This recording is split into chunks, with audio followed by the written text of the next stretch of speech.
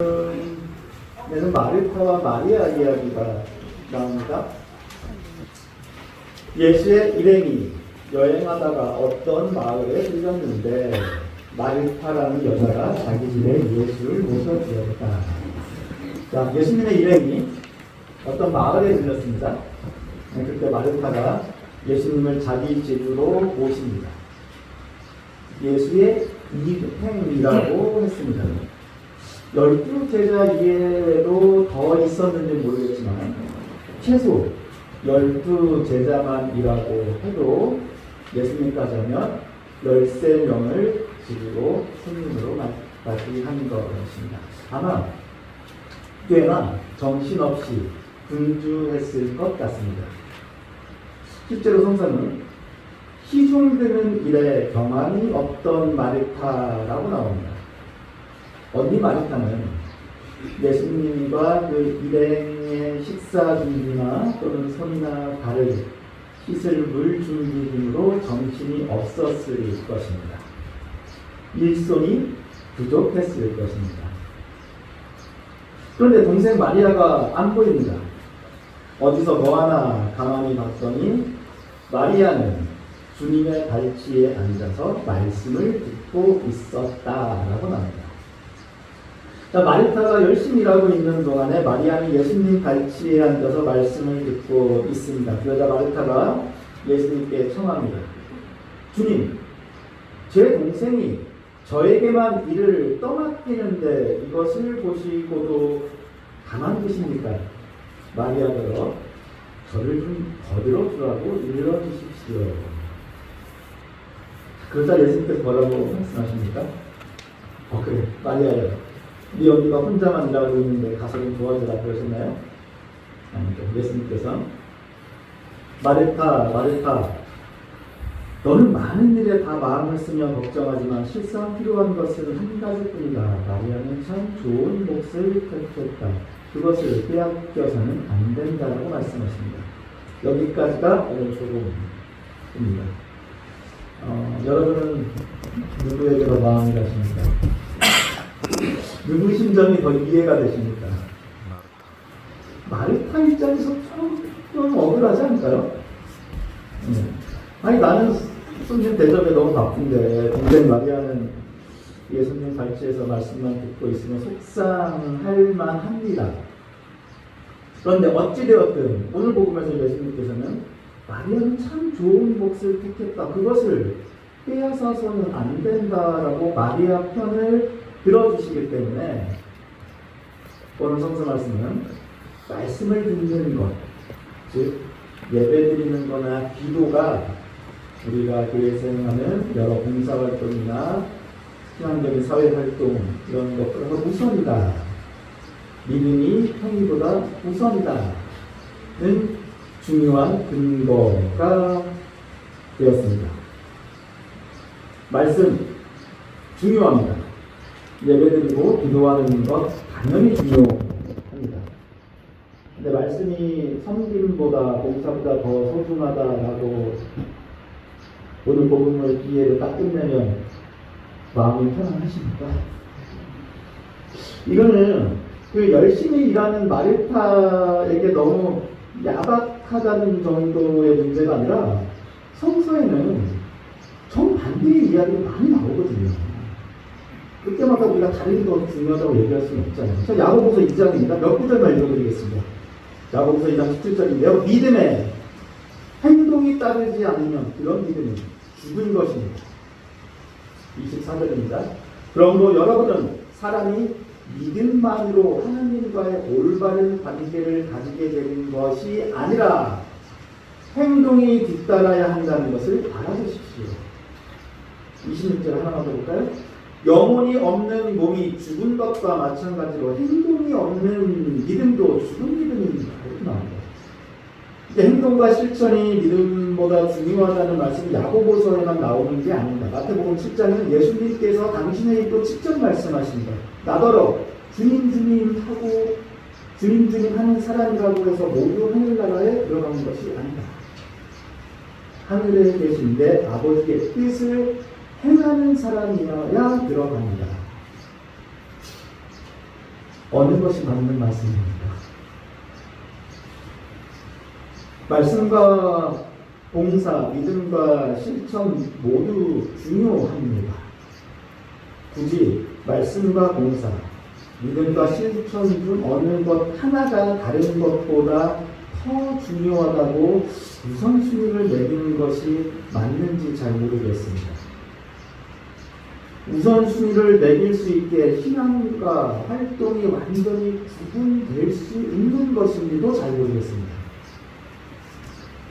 우리 안에 있는 신앙이 외화된 형태로 밖으로 드러나는 것이 활동이고, 내 안에 있는 이기심을 내려놓고 사랑과 봉사와 섬김을 행할 수 있는 힘이 되는 것이 신앙이기 때문에 신앙과 활동, 믿음과 실천을 나누어서 생각할 수는 없을 것 같습니다. 말씀과 실천, 예배와 봉사, 이 두 가지 모두 함께 조화를 이룰 때 우리는 참 그리스도인이 될 수 있습니다. 그렇다면 오늘 복음 말씀에서 예수님께서는 분명히 일하는 마르타보다 예수님의 말씀을 듣는 마리아가 좋은 것을 선택했다고 말씀하셨는데, 그럼 이것을 어떻게 이해해야 할까? 이 과제가 많습니다. 오늘 말씀을 보면 우리에게는 말씀을 듣는 것과 활동하는 것, 섬기는 것, 이 두 가지의 대립이 눈에 확연히 띕니다. 확연히 그 부분이 잘 보입니다. 그런데 이 복음이 실제로 쓰여졌을 당시에 이 복음을 읽는 사람들이 보았을 때는 다른 부분이 더 두드러지게 보일 수도 있습니다. 당시의 그 시선으로 오늘 복음을 다시 한번 보겠습니다. 오늘 복음이 이렇게 시작합니다. 예수의 일행이 여행하다가 어떤 마을에 들렀는데 마르타라는 여자가 자기 집에 예수를 모셔드렸다. 자, 예수의 일행이 여행 중에 들린 겁니다. 한 동네에 예수님과 마르타가 같이 살고 있다가 예수님 오늘 우리 집에 한번 시간 되시면 놀러 오세요. 밥이나 같이 먹어요가 아닙니다. 먼 길을 떠나는 여행 중에 어떤 마을의 중간 기착지로 도착한 겁니다. 2000년 전입니다. 당시에는 교통편이 별로 없었기 때문에 여행한다는 것은 몇 날 며칠이고 그냥 걷고 계속 걸어가는 것입니다. 해가 떨어지기 전에 마을에 도착하지 못하면 길가에서 그냥 자는 게 일상입니다. 다행히 해 떨어지기 전에 마을에 도착해도 요즘처럼 미리 인터넷으로 예약을 할 수 있는 게 아니기 때문에 현판 모르는 집에 문을 두드려서 하룻밤만 묵게 해달라고 사정을 해야 됩니다. 먹을 것도 많이 가지고 다니기 어려웠을 시기입니다. 치안도 좋지 않았습니다. 여행은 정말 위험한 것이었습니다.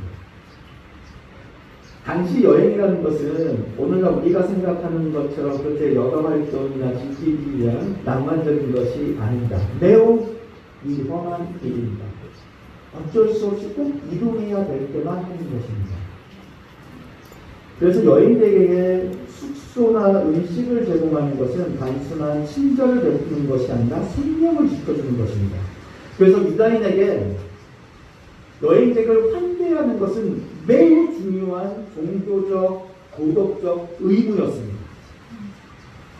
여행객을 환대하는 활동을 환대 접대라는 뜻의 히브리어 하크나사 오르힘이라는 단어로 별도로 명명해서 부를 만큼 매우 중요한 율법의 조항이었습니다. 신명기 하나 읽어드리겠습니다. 하나님은 고아와 과부의 인권을 세워주시고 떠도는 사람을 사랑하여 그에게 먹을 것, 입을 것을 주시는 분이시다. 너희도 또한 떠도는 사람을 사랑해야 한다. 구약에만 나오는 것이 아닙니다. 신약에도 한 구절 읽어드리겠습니다. 히브리서 말씀인데요. 나그네 대접을 소홀히 하지 마십시오. 나그네를 대접하다가 자기도 모르는 사이에 천사를 대접한 사람도 있었습니다. 자, 나그네 대접이 워낙 중요한 율법이기 때문에 이것을 소홀히 하지 않기 위해서 사람들이 어떤 인식을 갖고 있었냐면요. 하나님이나 천사가 나그네의 모습으로 찾아온다고 많이 생각했습니다. 그래서 실제로 창세기에 보면 아브라함이 나그네를 대접하다가 자기도 모르게 세 사람이 천사를 대접하는 이야기가 나옵니다.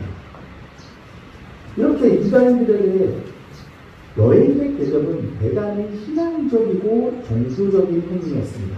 매우 엄격한 율법 규정 중 하나였습니다.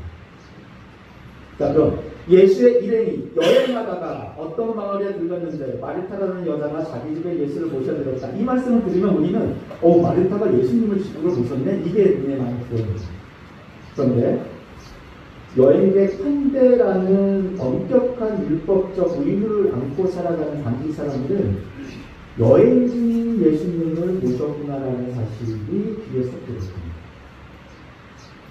이 이야기는 무슨 말씀이냐면 자연스럽게 예수님과 마르타의 관계를 여행객을 대접하는 주인의 관계로 이해하고 이 이야기를 보고 있는 겁니다.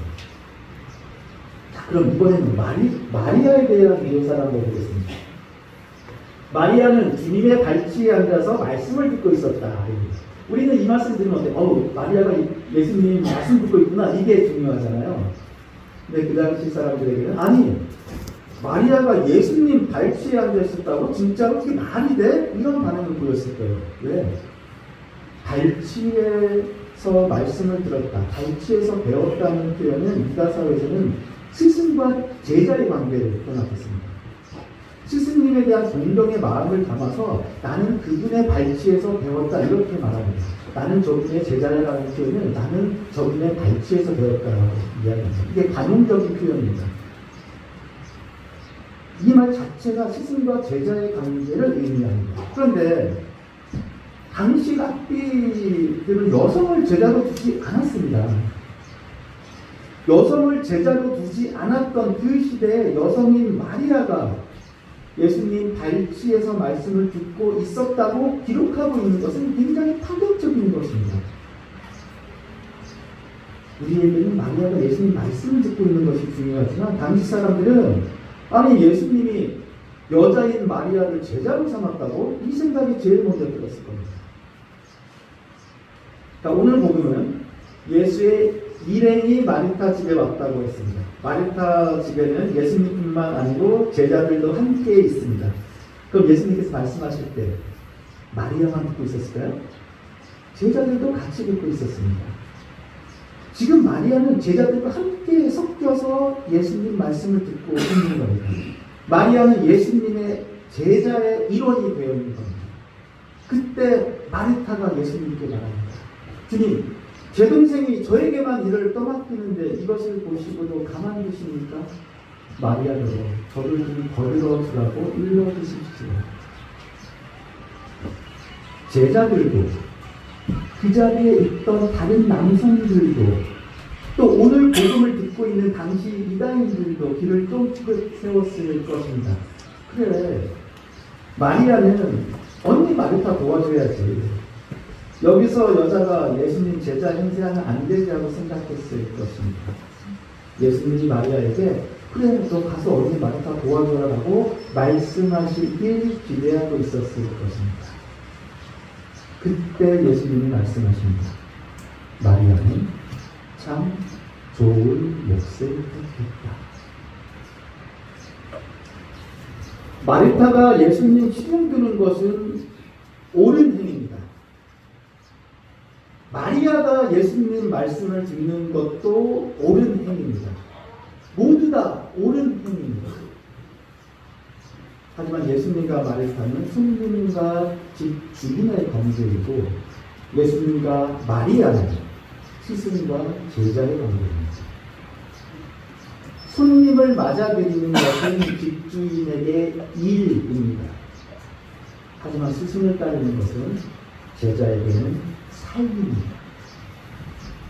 집주인으로서 여행객을 환대해야 하는 마르타에게 예수님과 그 일행을 대접해야 하는 것은 종교적 의무이자 일이었습니다.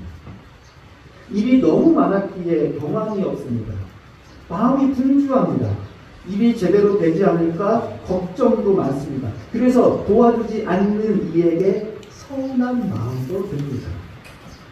그런데 마리아에게 예수님 말씀을 듣는 것은 일이 아닙니다. 삶입니다. 스승처럼 스승의 가르침대로 살고자 하는 제자의 의지이고 삶입니다. 예수님이 마리아는 참 좋은 몫을 택했다고 말씀하신 것은 말씀과 성경, 믿음과 실천 중에 어느 것 하나를 우리에 놓으려 하신 것이 아닙니다. 예수님과 우리의 관계에 대한 말씀입니다. 우리와 예수님은 어떤 관계입니까? 예수님은 우리에게 잠시 머물다 떠나가는 손님입니까? 일주일에 한 번씩만, 주일날만 환대하면 되는 여행객입니까? 아닙니다. 우리가 따르는 내 삶의 스승, 우리 삶의 방향을 결정하는 내 삶의 주인이십니까? 섬기는 것은 집주인도 섬길 수 있고 제자도 섬길 수 있습니다. 말씀을 듣는 것도 집주인도 들을 수 있고 제자도 들을 수 있습니다. 중요한 것은 예수님과 우리의 관계입니다. 말씀을 귀담아 경청하는 제자, 섬김을 순종으로 실천하는 제자, 그런 제자의 삶으로 예수님은 지금 우리를 초대하고 계십니다. 말씀의 힘으로 섬기는 이가 되시기 바랍니다. 우리의 섬김과 봉사와 실천이 종교적 의무가 아니라 제자로서의 삶이 되기를 바랍니다.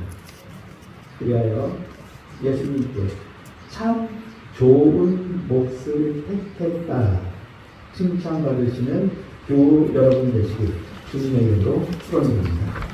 성부와 성자와 성령의 이름으로 말씀드리겠습니다.